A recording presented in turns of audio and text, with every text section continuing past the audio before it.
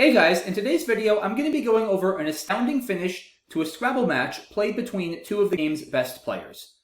This was a casual game played between top experts Joey Krafchick and Orry Swift. It was Joey's turn in this position and he found himself up 37 points with a rack of DEFINSU. There were 8 tiles unseen from Joey's perspective, meaning that 7 of these tiles were on Orry's rack and 1 of these tiles was in the bag. These 8 tiles were A, B, C, I, R, S, T, Z. Of course, Joey had no way of knowing which of these 8 tiles was the one still in the bag that he was presumably going to pick up after making his next play. Joey has an available bingo here, namely infused for 84 points, hooking the F onto log to make flog. And that's exactly what he did. After all, this puts him up by a score of 452 to 331, which is a 121 point lead. And with no possible comeback bingos for Orry, given the unseen tiles and the state of this board, it seems like nothing could go wrong for Joey and he was sure to win this game. However, something did go wrong. Joey drew the C out of the bag after bingoing, and Orry had A, B, I, R, S, T, Z. And the catch here, guys, is there is nowhere on this entire board for Joey to play his C. So he is stuck with it for the rest of the game. Now, you're probably thinking, okay, big deal. Orry's only going to get 6 points for the unplayed C, and that would still leave him down 115, and how the heck is he getting 115 with these tiles?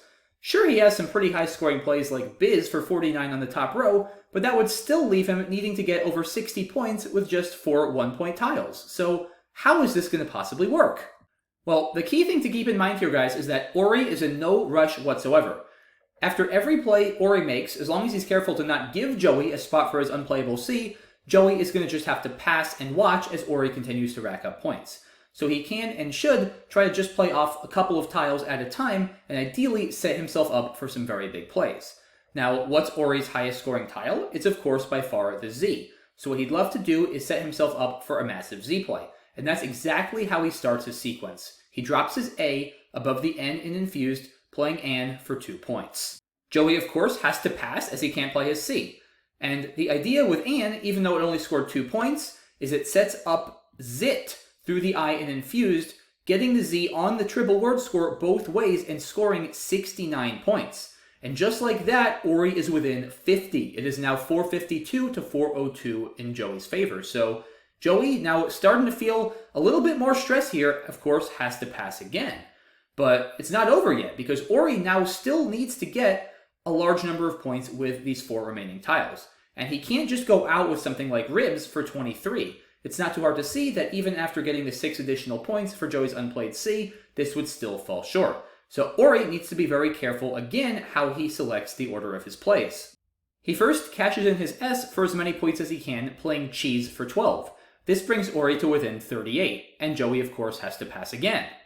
And here, as before, Orry still can't yet go out with Rib, as that would put him within 18, but he only gets 6 for Joey's C, so that would still fall 12 points short. So Orry needs to keep playing off just 1 tile at a time here, and that's exactly what he does. Orry finds a 12-point spot with his B, playing it next to Guy already on the board, hitting a double word score with Gib. And Orry is getting closer and closer. He's now within 26 points of Joey, who is of course going to have to pass again. But the job is not done, because even taking into account the 6 points Orry's going to get after playing out, he's still going to need 21 or more points with just an I and an R to win this game. So can he do it? Well, let's see. He manages to get 12 for just his R by playing Fiver from the 5 already on the board. So he is getting even closer. He's now within 14, and Joey has to pass yet again. So how many points does Orry need here, guys? He's down 14, and as I've said multiple times, he's going to get 3 times 2 or 6 for Joey's unplayed C. So that means he needs 14 minus 6, which is 8 points to tie, or 9 or more points to win. And guess what? Orry plays his I with XI for exactly 9 points. It's worth mentioning that Orry did have a slightly higher scoring outplay of Pewit, very sneaky spot through the Pew and the T already on the board on the 11 row. However, XI gets the job done, because that brings Orry to within 5, and now, since Orry has played out, he's going to get twice the value of Joey's unplayed tiles, which is 2 times 3 or 6, winning the game 453 to 452 in spectacular, and if you're Joey, absolutely heartbreaking fashion. So, wow, yeah, absolutely crazy stuff there, guys. You see people get stuck with tiles fairly often in Scrabble endgames, but it is very rare you see someone get stuck and an over 100-point swing happen like this. Just absolutely remarkable stuff. And it naturally begs the question, if we go back to the original position where Joey played Infused, is there anything he could have done to avoid this happening? And the answer is yes. The key thing to note here is that Joey is already up 37 points before he even makes a play in this position. And with Orry, as I mentioned earlier, not a threat to bingo anywhere given the unseen tiles, Joey doesn't need to bingo himself to secure the win here. If he can just score a decent number of points without bingoing, he's still going to be up more than enough to hold on in the endgame. So what Joey needs to do here is play fewer tiles and hold on to a couple of vowels to make sure that whatever he draws out of the bag, he's going to have a flexible enough rack to play it off.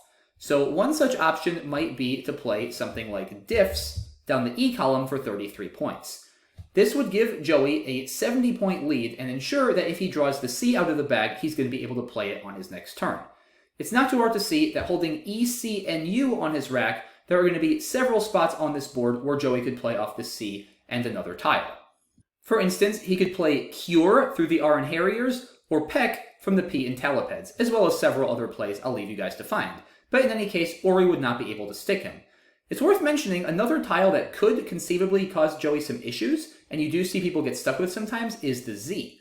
However, again, if Joey keeps a few vowels, he's not going to have any issues playing off the Z. If Joey were to draw the Z here, then he would have, for instance, just za to the A in Mark, as well as res through the R in Harriers, and Orry couldn't block both. So diffs for Joey would have won 100% of the time in the original position, regardless of what he drew.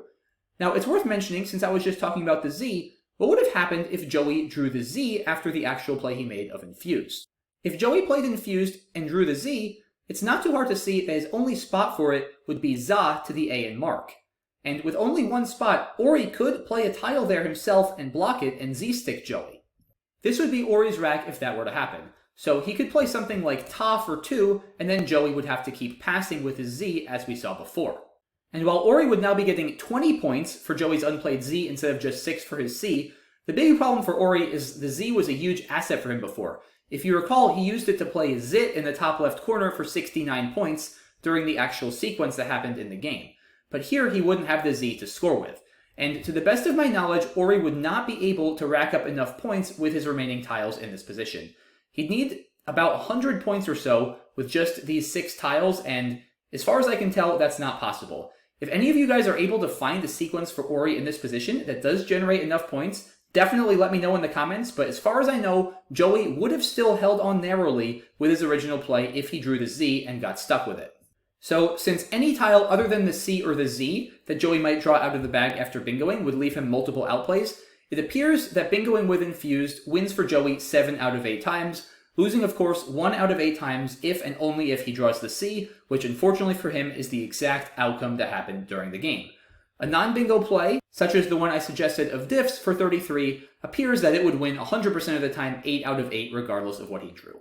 So a very tough loss for Joey, but a very important reminder for all of us that even if it looks like you're taking an insurmountable lead in a Scrabble game, always make sure you think through all the possibilities, because you just never know what can happen in this crazy game that we all love to play. So that's it for this one, guys. Really hope you guys enjoyed it, and let me know what you think. Have you ever seen any other crazy stick situations like this? If you have, then feel free to shout them out in the comment section. I love going through these type of positions. I know you guys really enjoy them, so would love to make more videos on this kind of stuff. So yeah, thanks again for all your support, guys. Really appreciate all your commentary and all your questions and engagement. Please keep it coming, and I'll see you soon for the next one. Bye-bye.